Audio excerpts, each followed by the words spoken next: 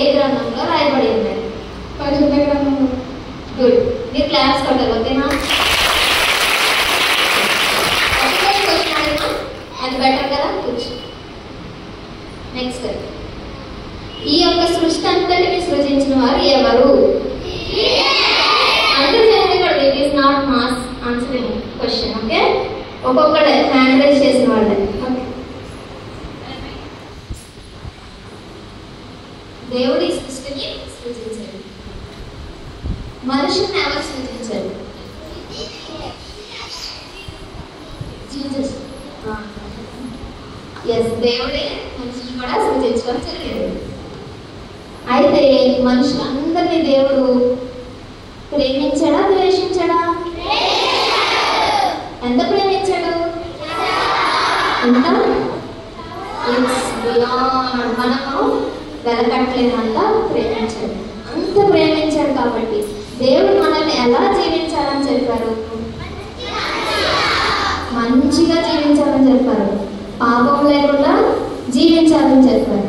ఇంకా దేవుని మాటలు వినాలి అని చెప్పారు. దేవుడు ఏవైతే మనకి జీవగ్రంథంలో రాశారో అవన్నీ కూడా పాటించాలని చెప్పారు కదా, బైబిల్లో రాసిన విషయాలని. కానీ మనుషులు ఏం చేశారు?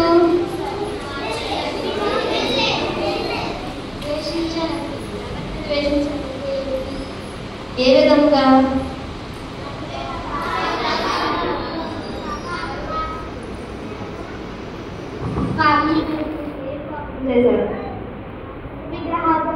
విగ్రహారాధన చేస్తూ, అలాగే వారికి నచ్చినట్టుగా జీవిస్తూ, దేవుడి మాటల్ని పక్కన పెట్టి వారికి నచ్చినట్టు జీవించడం స్టార్ట్ చేశారు కదా.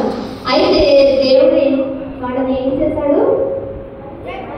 వాడు చేశాడు. ఫస్ట్ మీరు జాగ్రత్తగా ఉండండి, నా మాట మీరు వినట్లేదని చెప్పారు.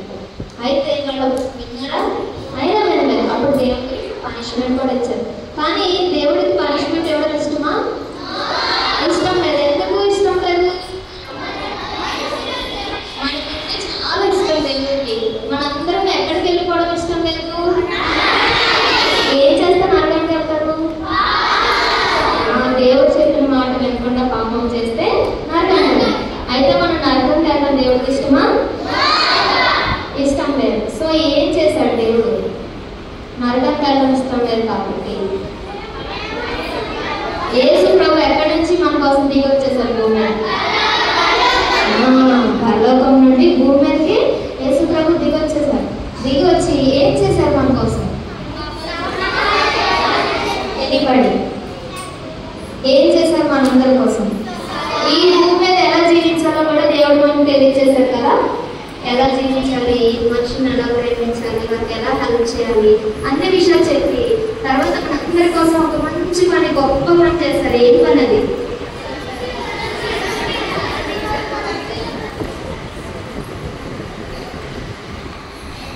మరణించారు.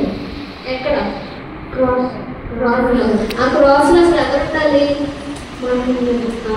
మనం పనిష్మెంట్ పొందుకోవాలి. కానీ మన బదులుగా ఎవరు పనిష్మెంట్ పొందుతున్నారు? జీసస్ ఆ క్రాస్ మీద పనిష్మెంట్ పొందుతున్నారు. ఆ పనిష్మెంట్ పొందుకోవడం వల్ల మనకేమి ఇచ్చాడు దేవుడు? ఏ ప్రామిస్ చేశాడు దేవుడు? స్వర్గానికి, నరకానికి వెళ్ళిపోకుండా మనందరినీ పరలోకానికి తీసుకెళ్తానని దేవుడు ప్రామిస్ చేశాడు.